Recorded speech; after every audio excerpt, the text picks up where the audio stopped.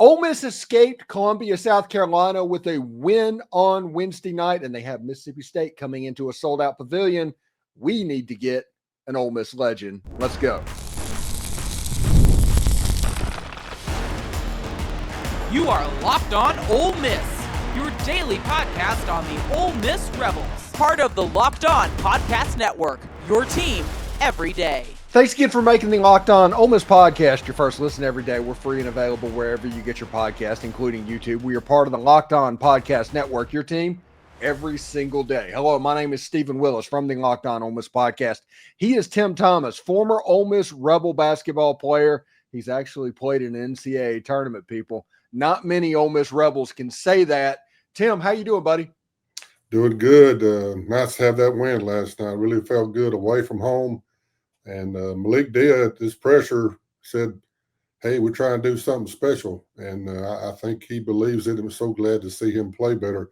Also, I believe JFK said, if not us, who? If not now, when? So I'm going along with that.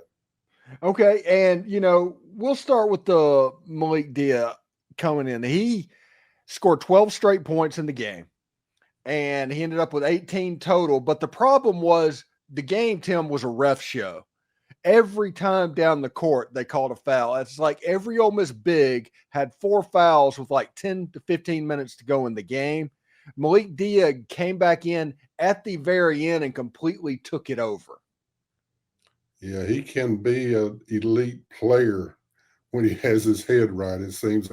When he is mentally focused, some of these away games he struggled, but at home he's usually really good. So we need him to make a push in the NCAA tournament. It looks like we're a lock. I know you've talked about it. They say 8. I figure some of the SEC schools may even get in with 7. Some of the like Arkansas and Vandy's and some of those may get in with 7. We'll see. But we're a lock, and now we're looking for, like you've mentioned several times in your shows, a good seeding that will help us in the long run. But Malik, great player, awesome player. I wish he'd do this more often. But we definitely going to have him and Dre Davis, who made some great plays, and Matt Murrell to come around, and Padula.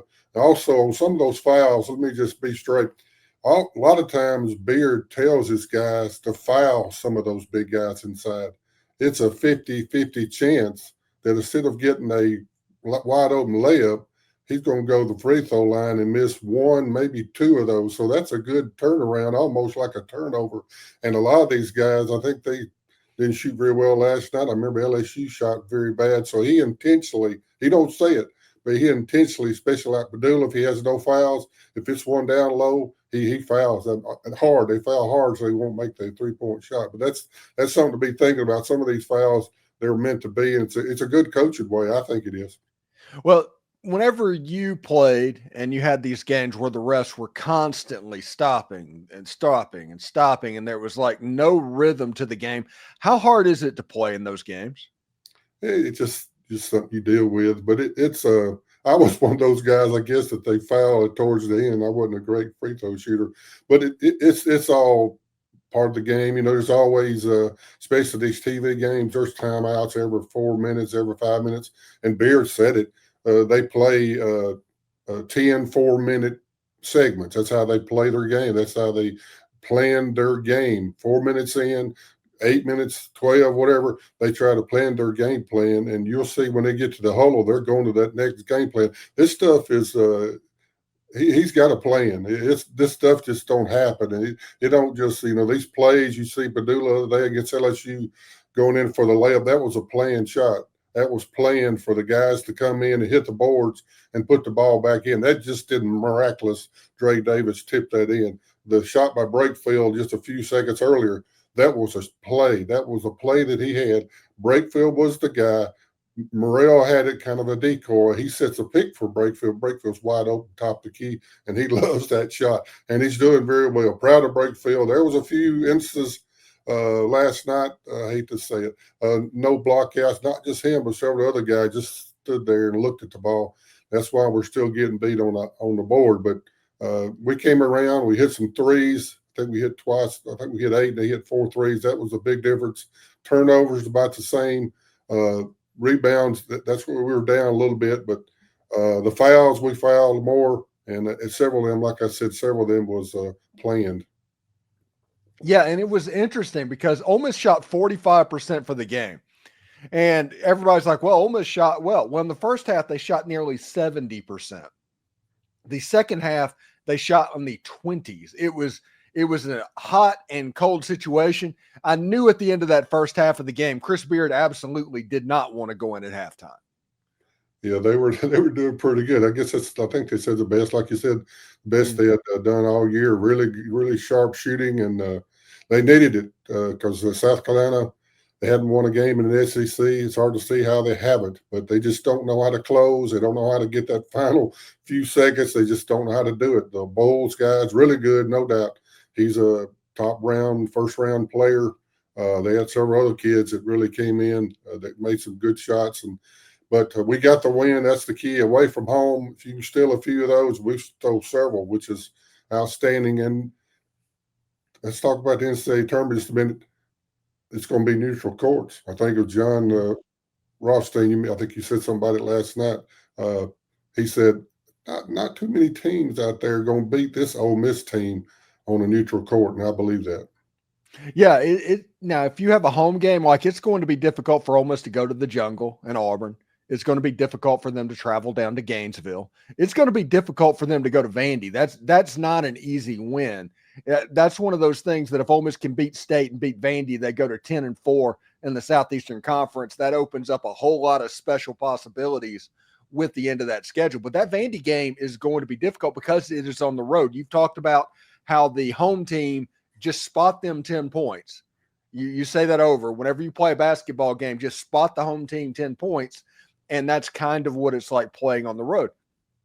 Neutral courts, that doesn't happen. Neutral courts in many instances is bring your own energy.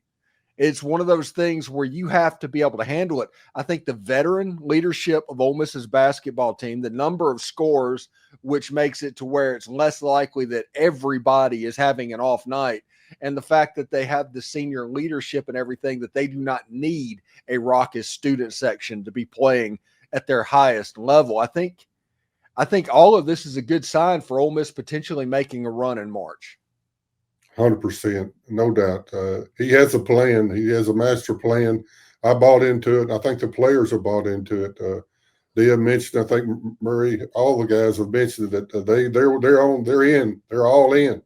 I know the Kiffin at the Manning Center, there's a sign they put out, all in, and hit it on your way by. They're all in. The culture is very good. Beard mentioned it, and I think they'll all Beard to get into you. He told them when they recruited them, hey guys, if you want to be better, if you want to be NBA potential, I'm gonna get into you and I'm gonna let you know what you're not doing right. And if you can't take it, you don't need to come here. And he gets into Dia really hard. He got in Padilla last night for a couple of turnovers. Just I'm not sure, but it's a way things happen, jet lag, whatever. We can blame it on a lot of things. But Beard gets into them. But you're right. This experienced team, this is the way Beard recruited on purpose. And these guys, we have 7 1,000-point scores on this team. Not all at Ole Miss, but at different places where they come from through the portal. But we got a good offensive team, and like you said, different people. Dia came in the other day, was Padula. Another day it was Murray. So we got several guys. Brakefield comes in, and Juju does his part. It's a real well-rounded team, and I'm definitely proud that Dre Davis is back. He was injured a little bit. Good to see him. Thanks again for watching the Locked On Ole Miss podcast. When we come back, we will start to turn our attention to the Mississippi State Bulldogs coming to a sold-out pavilion tomorrow. So stick around for that. But first, I do want to let you know, are you looking to optimize your nutrition this year? Factor makes eating well easy with chef-prepared, dietitian-approved meals that are fresh, never frozen, ready to heat and eat in just 2 minutes. With 40 options across 8 dietary preferences, every single week you can customize your meals to fit your lifestyle, whether it's Calorie Smart, Protein Plus, or Keto. Plus, Factor even offers wholesome smoothies, breakfast, and grab-and-go snacks to keep you fueled all day long. I love how Factor takes the stress out of meal planning. I recently tried their Protein Plus meals, and my goodness, they were packed with flavor and they kept me full completely throughout the day. The convenience is unbeatable. No prep, no mess, just great food in minutes. So eat smart with Factor. Get started at factormeals.com/lockedoncollege. 50 off. That's all one word. And use code LOCKEDONCollege 50 off to get 50% off your first box plus free shipping. That's code LOCKEDONCollege 50 off at factormeals.com/lockedoncollege 50 off to get 50% off plus free shipping on your first box. So let's get back to Tim and talk about the Mississippi State Bulldogs. This is a big game. Ole Miss, we talked about all season the race to 8 to get to 8 wins. Well, Ole Miss has gotten 8, and it took 12 games to get there. I think the Ole Miss school record for wins in an SEC season is either 12 or 13. It would still take a mighty good big run to get to that level, but it is still on the table with Ole Miss having, I think, 6 games left or something like that in their schedule. So with Mississippi State coming in, I think that this game, Ole Miss has the advantage. Mississippi State, I don't know, they're very hot and cold with the way they play. Whenever they play well, they play really well. But whenever they play poorly, it feels just like it rains 3-point shots against them. They're a very good team. I've watched them several times, and they Chris Jans is the coach. Hubbard is the guy that really makes them run. He's a point guard, one that had committed to Ole Miss a few years ago. But he's good. They got a couple of guys, the Kugel guy and the Murphy guy. They're really good. They got some good – they're not playing as well lately. That's some good points there. Hubbard, no doubt. He is a real deal. We got to keep him down. The boards, wow, we got to keep working on that, keep working on the boards and stay out of foul trouble. Yeah, I agree with all those. Real good points. And we're coming back home. We've been on this road trip. We're coming back home. I'm going to go ahead and say it. Some people, I'm sure, don't agree. The bettors in Las Vegas probably don't, but I'm going to go with my 10-0 before it gets started. Our home crowd is going to be packed. The students are going to be crazy. It's going to be packed. The alumni all going to be in for this state game, the basketball egg bowl, they call it. So I'm looking forward to it. I feel good about this game. I'm not sure what the line is yet. I hadn't seen it, but I feel like we're definitely a favorite. Yeah, and for whatever reason, especially over the last 20 years or so, it just feels like whenever, it doesn't matter how good the teams are, the team Mississippi State wins in Starkville and Ole Miss wins in Oxford. Yeah, that's kind of the norm. We've had several games this year, like us going to Alabama, winning the away game, and a lot of this don't normally happen. This is a different year. The NIL, the transfer portal, it's made teams the upper echelon, and we're part of that upper echelon now, the SEC and the nation, which I'm so proud to say. I might be smiling just a little bit like you were talking about last night. Yeah, it makes me happy. The whole Ole Miss fandom is happy, and I feel like we'll beat State. We got a couple more games after that. I feel like we'll do good at home. Definitely Oklahoma game. I think we can beat Tennessee at home. Some of the away games, like you mentioned, Auburn's going to be tough. Vandy may be tough, but this is a tough team. This is an experienced team. It's a veteran team. And let's say quickly about the free throws. We used to have a saying at Ole Miss, and it's just FTWB. Free throws win ball games. Also, free throws win championships. So we got the SEC tournament coming up. We're looking for a bye, maybe. Every day you can have off to rest is good, or maybe even a double bye. Wouldn't that be awesome? The SEC tournament up here in Nashville. But that would be good, and I'm looking forward to it. Let me run something by you real quick and see what you think about this. I think that Matthew Murrell needs to play against Mississippi State because it's Mississippi State, and it's the last time playing Mississippi State at home. Obviously, Matthew Murrell needs to play in that game. But would you sit him down for the Vanderbilt and the Auburn game? Yeah, I saw that, yeah. Where you just kind of allow him to heal a little bit? Oh, what I said him? I'm sorry, I misheard what you said. Yeah, it could be. I don't know. I don't think he will.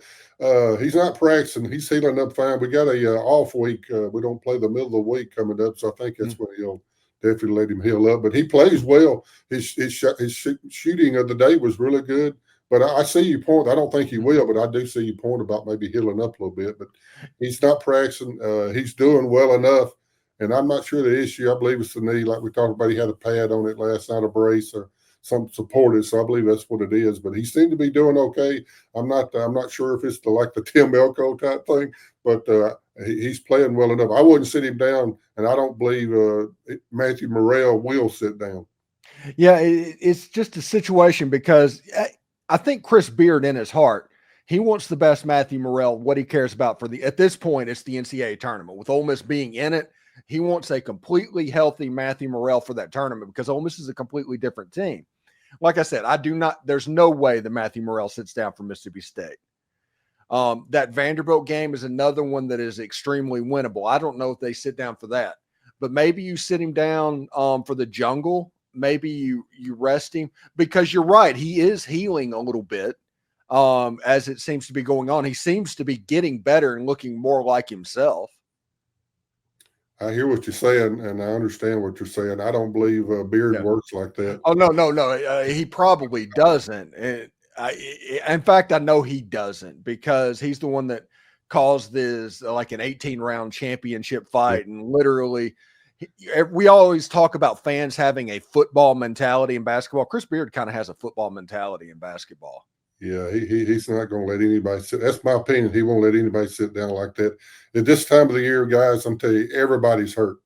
We had guys on our team that was rehab with every day, morning and evening, ankles, knees, backs, whatever, arms, shoulders. It's everything.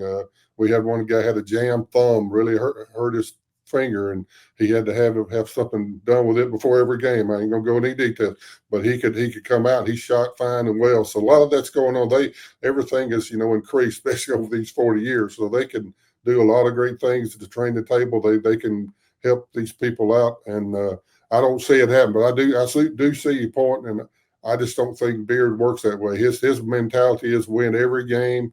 This game with South Carolina is over. It's all Mississippi State.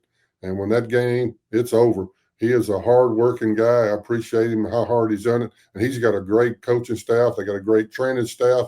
And the doctors, they know what's best for Matthew Murrell. And Matthew Murrell will not sit down, in my opinion. Yeah, you're absolutely right. I'm just trying to think of, just like, hey, it would be so awesome if Matthew Murrell from last season was on this team. This is not football, man. This is basketball. It's a real man's game. I'm just kidding. It's you gotta tough it out. You got 3 or 4 days between games, and you do have a chance to heal up some. So I don't see it happening. I've heard of it happening. I know it, but I've not been aware of it.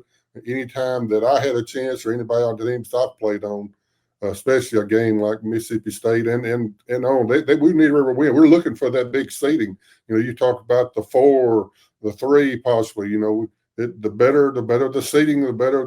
Hopefully, the lesser the team that we have to play to work our way through this maze. But I feel good about it. Yeah, we'll have that conversation with Tim talking about the NCAA tournament and seeding and whether or not Ole Miss can get to their school record in wins, because that's absolutely on the table when we come back. But first, I do want to let you know about FanDuel. With FanDuel, you can place live bets throughout the game. So even if you miss the opening tip, you can bet on the fourth quarter comeback or stay in the action. If you're looking for a bigger payout, you can even combine your live bets into a same game parlay. I love using FanDuel's live betting feature because it keeps every moment of the game exciting. Whether I'm backing my team for a late rally or picking a clutch 3, I never feel like I missed my chance. Plus, the app is easy to use, and when you win, you get paid instantly. Right now, new FanDuel customers can get $150 in bonus bets if that first $5 bet wins. Just visit FanDuel.com today. That's FanDuel.com for your shot at $150 in bonus bets. Make every moment more with FanDuel, the official sports betting partner of the NBA. All right, let's go back to Tim real quick for a final segment of what's going on. Tim, this NCAA tournament, I think Ole Miss has been to 9 NCAA tournaments. And this year is really cool, Tim, because this is likely going to be the first year that the men's and the women's team both make the NCAA tournament. And a lot of that we'll be honest about it, is the men's team's fault. If they've only gone 9 times, that's probably not a good statistical average, that you're going to have them both. But it looks like both teams are going to be making the dance this year. Yeah, absolutely. That's good to hear. I'm glad to hear that the ladies are doing well too. We talked about, I went back in 81. We won the SEC tournament that year in Birmingham, beat Dominic Wilkins and the Bulldogs from Georgia. So we got to go. It's a fun ride. NCAA, they do it right. They treat you right. They set you up. We actually played at Wichita State's gym. You go to different places for the regionals and stuff, and we got beat by Kansas. But that's another day, another story. But they're looking forward to it. We talk about the seating here. 4. I think we're around 5-4. Lenardi, I'm not sure. He just puts. I think we're a 5 right now. So 5. That's what is that? We'll play a 12. Yeah. And 4, you play a 13. I'm trying to remember exactly how that works. So the better seating, we want the better seating. I think the better seating usually you play closer by so you can have the fans come. And they try to take care of the lower seeds, the ones that's done well. They try to take care of them. So no matter what, you got to win. You got to win them all. But it does help, like we've talked about, matchups and things like it. It really makes a difference who they get, the big guy inside, who's their guys. But regardless, Beard's defense, relentless, aggravating, number 1 in turnover percentage in the nation. We just don't make a lot of turnovers. We made more last night than we normally do, but overall we're still leading the nation, which is a great thing. A rebounding is suspect at times, but I feel good about this team. The experience, veteran leadership, and we got guys that can score, and we guys that are not afraid to play defense. Listen, my thing is I do not want a 4 seed. I realize that what's going on, but I am superstitious, and a 4 seed is what Ole Miss had whenever they played Valpo. I do not want another 4-13 game. I hear you. Let's go with a 3 then. Can we do it? Yeah, if we win, yeah. If we win, like you say we're going to do, and I hope we do. I hope we win some of these away games. It's going to be tough. Man, I'm being totally serious. It's tough. These 2 games, winning these 2, as you well saw, man, they came down to the wire.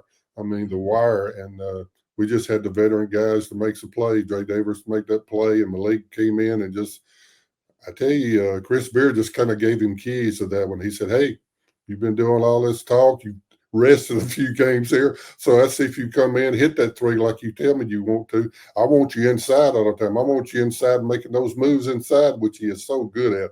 I don't know why he'd ever want to get out of there. He could score 30 or 40 to all those great moves, but as we've talked about, he loves to drift out. But he could hit the 3. I'm not saying he can't hit it.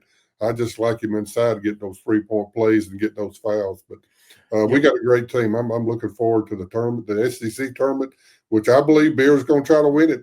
I don't think he's going to rest anybody there either. We're going to have some time in between, which is good. So if we can get a bye or a double bye, that would be extra special.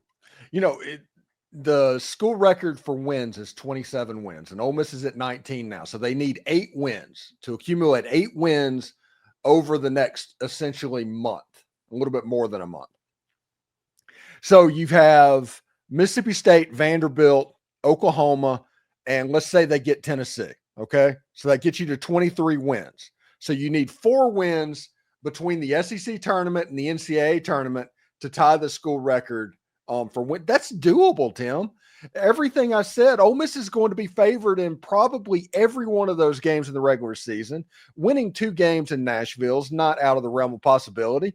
And this is obviously a team that can make it to the Sweet 16. Steve Willis is coming on board for the basketball team. I'm so glad to hear. Absolutely. We have a chance. It's out there. It's just waiting for us to take it.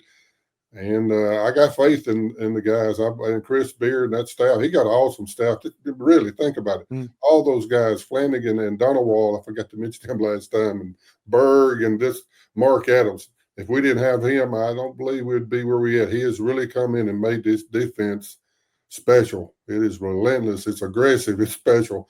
And the other guys, I left someone out, but Pinkins, I'm sorry. But we got a great staff. They do a great job. So proud of this bunch. And I feel like we're going to beat them Bulldogs from Starkville very easy, I think. Yeah, and I'm right there with you on that one. My prediction for the game is Ole Miss winning by 12 points. I think Ole Miss is going to beat State by double digits. This is going to be honestly a game that Ole Miss, I think State cuts it to double digits. I think it gets out of hand a little bit. Yeah, I'm good with that. That sounds like a good. I'm okay if it's just 1 point. Actually, I think Beard would be okay with 1 point. But no, let's talk about really good team. We really come on. Last year, there was a lot of suspect. Defense was suspect. Rebounding was ridiculous, terrible. And just the team, they played well during the non-conference, but the SEC, we just really just fell through. We just a dumpster fire, you might call it. I was really disappointed last year, but Beard came in his second year. He knew what he was looking for. He had time to go out and recruit the people he wanted. He wanted these fighters like Dre Davis. He wanted these fighters like Padula that fought and were willing to take positive reinforcement, significant emotional events. He's willing to talk to these guys in a man-to-man way, and they enjoy it. I said they don't enjoy it. I never enjoyed it, but you got to be able to take it. They understand it. They understand it where it's coming from. It's for their betterment. It's for the better good. And Dia has taken a lot of it. He's taken his share of it, and he came back last night and proved that he is worthy. Whenever he decides to play bully ball, he's really good inside. Dre Davis, does he not play some bully ball? I enjoy watching. He don't say a whole lot. I heard the interview after the LSU game. He didn't even want to be there, man. He didn't want to be there. I saw him talking to the SID. He had to put his arm around him. I guarantee he was saying, please get someone else, please. But he done a good job. He's just a kind of a quiet guy. He does all his business and all this talk on the court. Yeah, Dre Davis is quickly moving up my list as favorite player. Him and Jaemyn Brakefield's going like neck and neck at this point. Yeah, Jaemyn has really made a difference. He makes a difference. Ain't no doubt he's one of the top guys on the team. He comes off the court. I'm fine if they just start putting him on the court with the top five, but he likes to be that sixth man. And then Devin Barnes has come on and made some good shots, and a couple of other guys have come in and done real well. So we play about 9. Flaffy, you don't play a whole lot. He just comes in, a couple rests for people, and Bo hasn't played a whole lot lately. But the top 9, the top 8, I'd say, they have really done well. And the veteran team, most of them, I think, are all seniors, except maybe who's the one non-senior? Dia, I believe he's a junior. Yeah. All the rest of them pretty much are seniors of that top 8.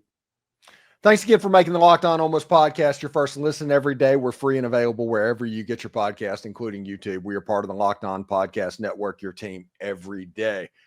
All right. Thank you, Tim Thomas. Locked On Ole Miss podcast. Tim Thomas, Ole Miss basketball player, legend in my mind. Tim, thank you so much for stopping by, and we'll talk to you next week, bud. Enjoy it every time. Appreciate it, Steven. God bless.